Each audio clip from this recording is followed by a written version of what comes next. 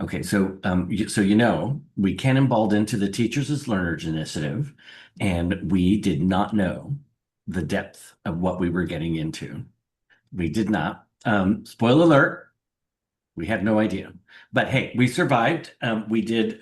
We have much fewer illusions about the truth and what's going on, and we do have a little bit of water up the nose because we had a lot of learning for us, right? Oh, no, please tell me we're not doing another experience Trump's education monologue. I cannot with the TED Talk voice today. That's not going to work.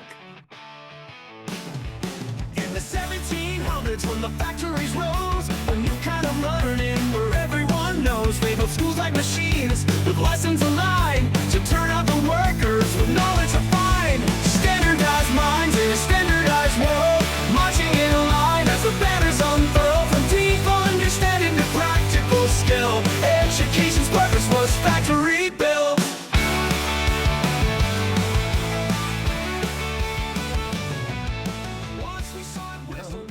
No TED Talk. No, really, just real talk.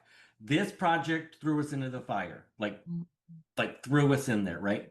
We had frameworks that were clashing, lots of learning, a lot of things we didn't like really grasp until we read it again. Vocabulary got weaponized a little bit between all of us and people that we were working with and talking to. And then we had to sit in the discomfort of not knowing or of knowing that we weren't the smartest person in the Zoom room. And that's always a little disheartening for everybody. Okay, for me. Yeah, for you. And that's why we're here. So, welcome to How Did You Learn That? The podcast where grown ass humans try to change their minds and still show up to work. Let's get into it, Arthur, today. Let's learn more. Let's go. Yep. Oh, today's episode is called Unlearning is Sexy because let's be real, nothing says growth like watching your ego implode in public over and over again. Oh, come on. Unlearning isn't just sexy. It's hot. It's messy. It's emotional striptease of letting go bad teaching habits and realizing half of your slides are just Google in disguise. In the TAL project, the TAL project, we've seen educators let go of the need to perform their expertise. So they are no longer believing they are experts in the room, and instead they're asking better questions. They're figuring out how to learn, and we love to see it. Yes, we also love watching people realize that they've been assigning dead poets and calling it diversity. To start things off, so we created a little clip generated with AI magic. We use a lot of AI, so we're going to play with that all the time. So we thought start it off at the beginning, and it's a composite kind of conversation that we created. Takes interviews that we've done, some of the research, and then makes it into a fake character, but that's an aggregate character of some sort. And it's a little bit of what folks whisper about a lot, but don't really say out loud, especially teachers. I remember this kid, Rashid, staring at me like I had 3 heads. I was up there going on about Western civilization like it was the only civilization. And he just says, quietly, but dead serious, so we're just skipping Africa? And China? And, like everyone else? And I stood there, realizing I'd never even questioned the curriculum I'd inherited. That moment gutted me, in the best way. It was the first time I understood that teaching isn't just passing down knowledge. It's deciding what knowledge even counts. And who gets to be human in your classroom. With heartbreak, the schools were raised in a world where knowledge is a maze. But with every test and every rule, we lost a bit of the old school. The middle class rose and the classrooms grew. Okay, our guest today came in thinking they were facilitating healthy family relationships. Turns out they were decoding whiteness, authority, and why half of their students had emotionally checked out. Meet Barbara, an educator who has had to stop being the expert long enough to actually hear her families. Let's just say it wasn't a quiet epiphany. So, Barbara, we're going to ask you a few questions to try to get a better understanding of how you really see yourself as a learner and how you see yourself learning within some past professional contexts. Does that sound good? Okay, sure. And what do you think of that title, Unlearning is Sexy? What does that mean to you? Or would you agree that that would work well with educators? I just like it. I think it's catchy, Mhm. and I don't know off the top of my head what I would change it to. I would have to think about that. If, I'd need more, I'd have to think about it. Well, you're allowed, Barbara, you're allowed. So we will get back to you on that one. Don't worry about it. Well, instead, I'm going to ask you another question. So be prepared here. So, what is something that you had to completely unlearn in the last year? I used to manage a program called Omeokan. Um, Omeokan, yes, and it was an empowerment program for marginalized youth. And they're actually the ones who started that thought process in my head about that, because I got called out because I was talking like, you know, I'm the expert on the world. And they called me out on it, like, you might know everything that you're talking about or what you're bringing to the table, but you don't live our lives. And so that was big, because I literally said when we were discussing ground rules or ethics of the course, or, how we were going to start out the very first night, I would say, I'm an expert in this curriculum. You're an expert in your life. And the kids always got it, the young people. Parents, not so much. They could set me up and out, turn me out in a minute. I knew nothing. I knew how to write the reports for the funders, and everything else. They were entirely experts in, and I was totally not. They were so brilliant, those young people. So basically like I think happens most of the time with the education that we do in the community, you became the facilitator in that rather than the educator. It was a different role, right? Completely different role. And I Mhm. had to acknowledge that. And I had to deal with a staff above me that wanted me to be something else, that wanted me to control that. This was a youth empowerment program Mhm. around sexual health.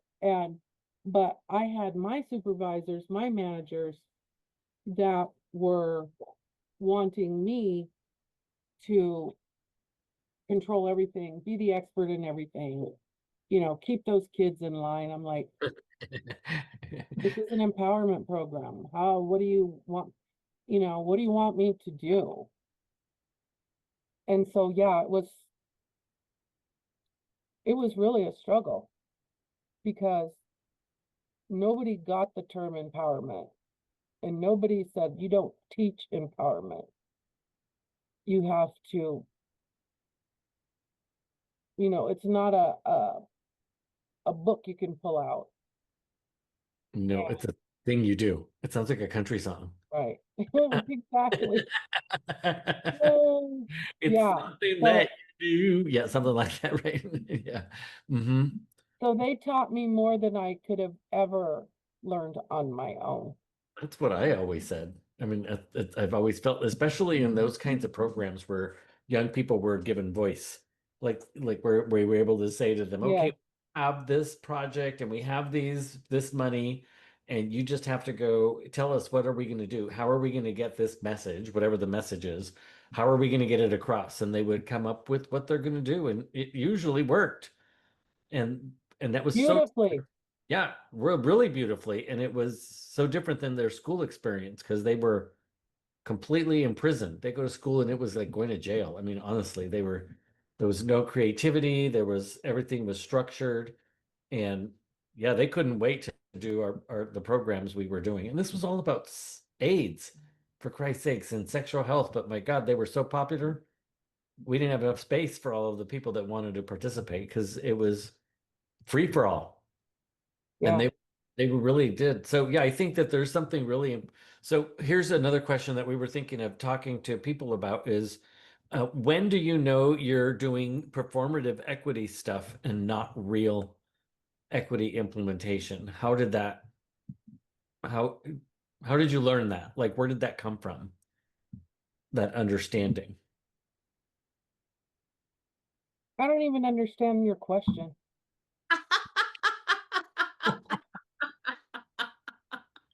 That's what Marina said. She said I that's said that this morning, Barbara. I'm like, I don't understand this what question. the hell is That's that was the question. ah, why don't you tell like, okay, so Barbara, so then I had to get Arthur to explain where that came from.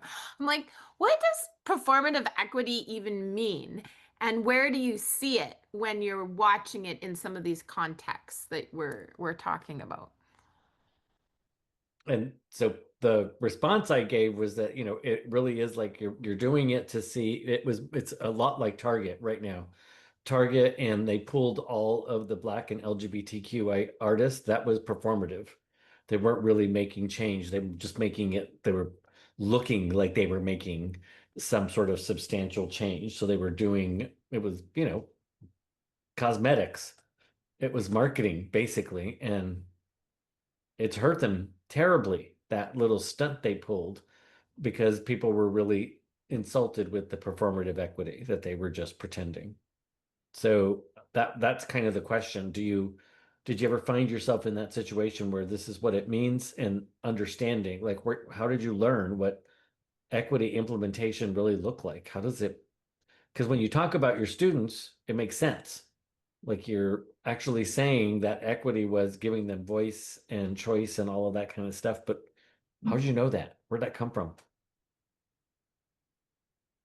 Okay, I'm gonna do a little story Sounds and good. hope that it answers your question. Uh, so we got a $10,000 grant from the Women's Foundation of New York to hold a youth-led sexual health and other topics as well, conference in Tucson. And so the conditions were that, well, there wasn't a whole lot of conditions. It was just like, here's 10 grand, put on a workshop, involve the young people as much as you can. So the staff, the educators, they were like, okay, the only thing and this is how they would literally talk to me, is the only thing we need from you is a budget, money. That's your only role in this. And the young people, and we will design everything else.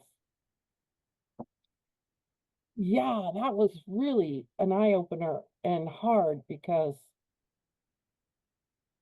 I couldn't control any of that. And like I said before, I had the upper management like, blah, blah, blah, blah, blah, in my ear. What do you mean, they're picking the topics? And, they wanted to be able to approve the workshops. They wanted to know what was all the, what's going to be in the workshops. And they wanted that to run by them and approve it or not. And Mm. that made sense to me. And so I went to the young people and I said, this is what I need. And, I'll let you know if any of it changes. And they were like, no. I love it. No.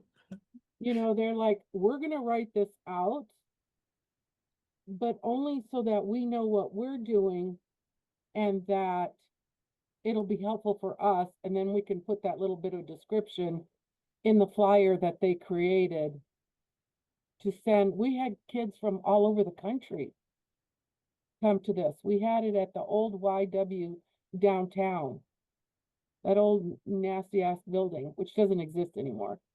But you know, that's where we had it, and it got national recognition. It was just beautiful. They literally arranged everything. The only thing that I dealt with, and they told me what to do, I love it. was the menu, the snacks, and the lunches that we were providing to all of the young people that attended. You know, I had to have vegan options, and I would have never thought of that. You know, I would have had some kind of stupid sandwich, but they were very health conscious and food conscious. And a lot of these young people that I was working with, aside from being, you know, LGBTQ, they were mostly indigenous and Mexican. I think I might have, or black. I'm honestly, I don't think I had any white kids in the program. Wow.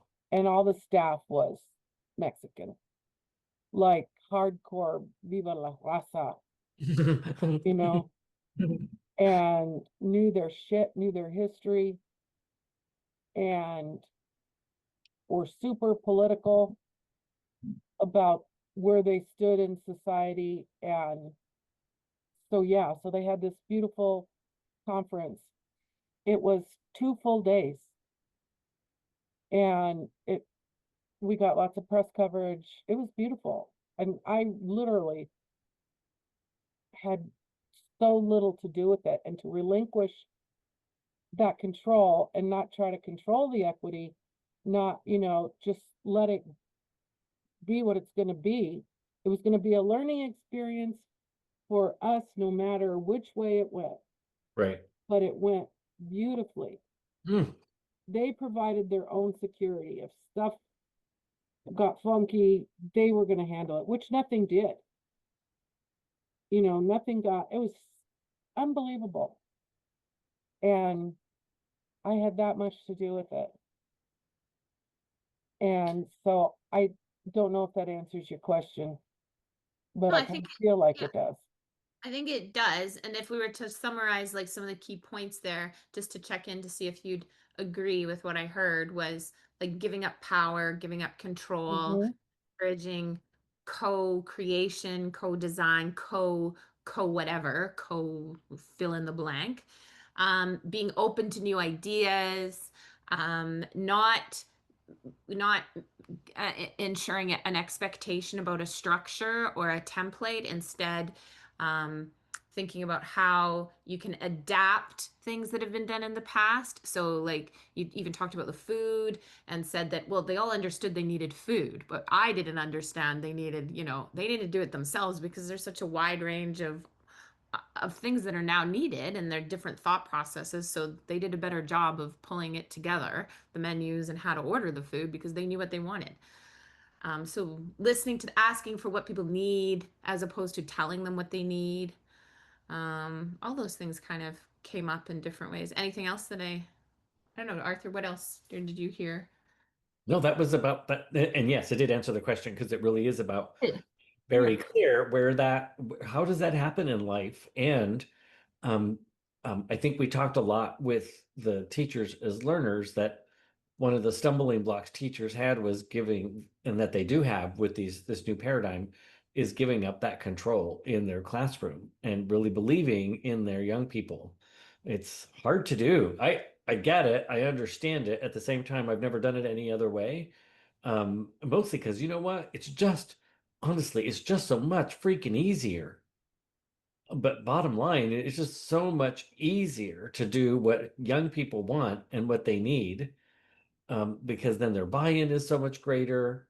They do all the work. I mean, they really did. In my experience, it was very much the same. My job was to make sure they met the contractor objectives. And they'd be like, okay, Right. You gotta exactly. get here. I don't know how you're gonna get here, but you gotta get here, and we gotta. That's all that I care about is you gotta get here. So my big oversight was making sure they got there. But yeah, that was, and I agree with you 100%. It was more about what I learned than ever what I taught. And at the same time, just in saying that, I taught all of these young folks how to learn. And so that was, so we were teaching each other the same thing at the same time without, I mean, completely unconsciously, but we were doing the baby bird in the nest kind of experience because it was all, whatever. It felt really natural and it was always the right thing to do. But yeah, I think it was all about that power thing and understanding the capacity of the people that I was working with.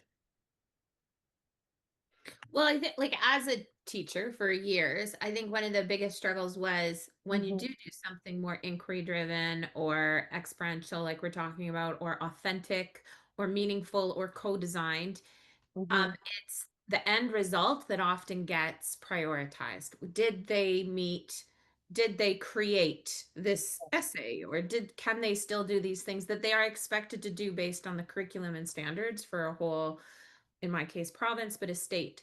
And that's where we run into this tension because if you've got them to describe and display their learning and make their learning visible in a different way than the essay, then that is a tension.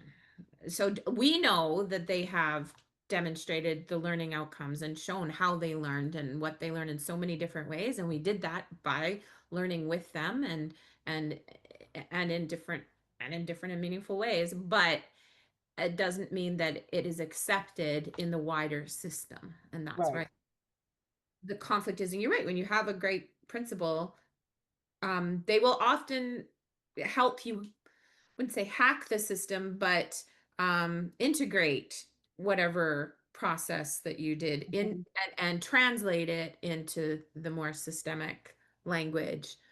Mm. Yeah, as well. So it doesn't mean it's not happening. It's just that you're right. You have to have multiple players as allies and supporters for transformation to actually happen. It can't necessarily just be the teacher because then what happens is the next year, which would happen all the time. I remember when I taught grade 8, no, I was teaching grade 6 science, and the grade 7 teacher would be so upset with me because I would do a very open, inquiry based, interdisciplinary approach to science because I'd never really taught science before. And he'd be so upset that I would mess with their minds and they wouldn't be able to sit and listen. And so you'd see these creative souls all year, really get into science and be all excited about science. And just like many of the projects that we worked on, where they had amazing teachers doing amazing things in different contexts. And then you get the next teacher where they go back to the way it was. And so remember these little people, that's what they're dealing with all the time. They get opened basically and then they're basically shut down. So how do we support like more sustainable opportunities for these kids, because it can't just be the one ofs as well, because it's hard on mhm. a kid or a person as they're going through. You don't like you I think all of you saw the growth and their souls coming out, and then imagine it being slammed the next week because they're in the next person's class or the That's next a hour. very good point. That's a really good point. Thought about that either. Mm, And just yeah, you. Yeah, like yours were more contained because they were isolated projects, but the reality of the being in the system, yeah, I am one of many. Yeah. That's hard. Yeah. But doesn't mean you don't do it. It just means that you have to balance that in life, as we well know, within that system. Because you don't want to let these kids down either. yeah, very That, true. that's why they get disillusioned. Of course you would. If you're going back and forth and Yeah, back. right. Right. Well, one of them works for you, one of them doesn't. One of them makes you feel good about yourself. The other one makes you feel stupid, right? Yeah, they just learned how to learn, and then the next class they're told, no, you can't do that. Yes. Oh my Yeah. God, that's such a good point. Yeah, really. I mean, that would be super frustrating as a kid. And Yeah. so Yeah, as you navigate these teachers that are navigating this process, it's really keeping that in mind with young people. But I mean, like, I don't think I've ever talked about that particular element in any education, like really the long-term implications. Now, I've seen what happens if you provide that consistently. So even though they're in that sucky high school, we did this program. So like for me, I did mine for 5 years. So you consistently do that and provide that stability for young people. They do get it and it changes their lives. I mean, it really does. There's no question about the fact that it creates different sets of skills that they would not normally have. I made them do stuff that they wouldn't normally do. Yep. Yeah. I made them challenge themselves all the time. I would tell them, okay, now we're going to do this. And they'd be like, oh, geez, what?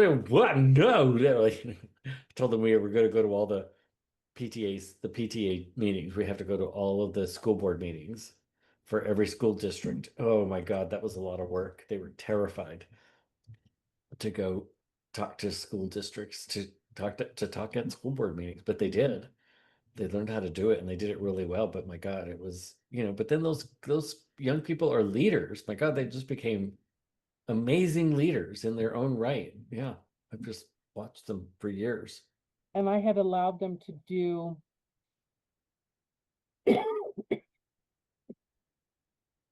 the whole entire back wall of the alley that we owned, the building, the organization owned it. And I got them, they all had a certain amount of space that they decided upon, but they did a mural. And when they did the opening of the mural or the, whatever, I did want to go to that. And all the kids were there and it was like all of us against the establishment. And I remember this one educator or this one student, and it was in my teaching class, and we were asking about like why we couldn't put our video cameras on, and I don't push it. I've given up, long given up. If you're not going to put your video camera on, yeah, I say it bugs me. It would be great if I could see you. I appreciate it, but if you're not going to, you're not. So I tell them how I feel, but that is.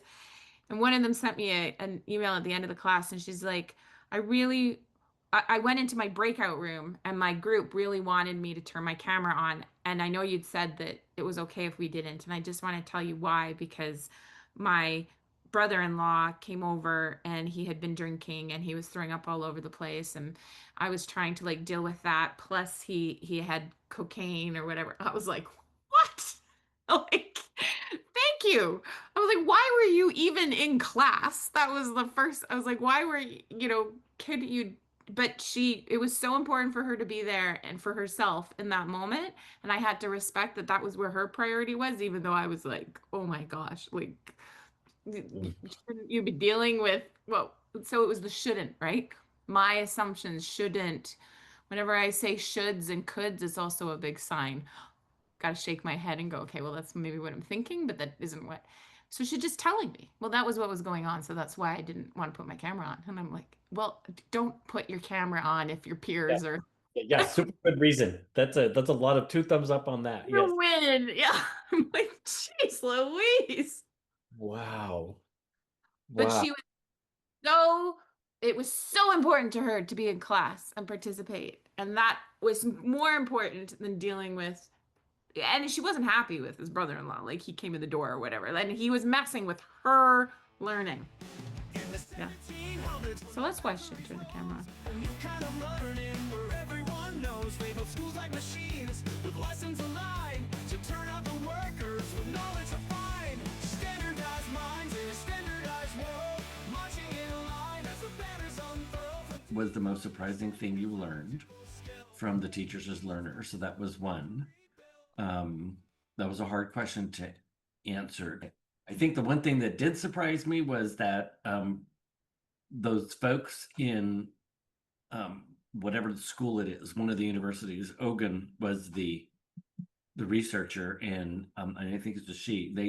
They actually created a program that works with your cameras so that teachers can use that visualization software to see how they function in their classroom. You don't have to buy extra stuff. You don't have to, it's free. It's part of, it was like, it's one of the few things that this actual project produced, like actually hard produced something that was very usable and that you can go and download and put on your Windows computer. And yeah, I'm like, wow, you actually did it. You said you were going to do that. It's what you focused on, and you actually did it. You actually produced it, and I can go and download it if I wanted to. And I thought that was super fascinating because that was not at the same level of most of the other research projects. This one kind of exceeded the expectations significantly because it really, I mean, they really produced something. They produced it for Mac, for OS, for your Android. I was like, what? Well, but you're describing accessibility for all. Like, not only was it, you literally were able to share it because they chose an open software, Yes. but they chose something that was applicable in Applicable, every environment and relevant. Whereas mine, the sensory boards, I'm still like, nobody's going to use this. Right?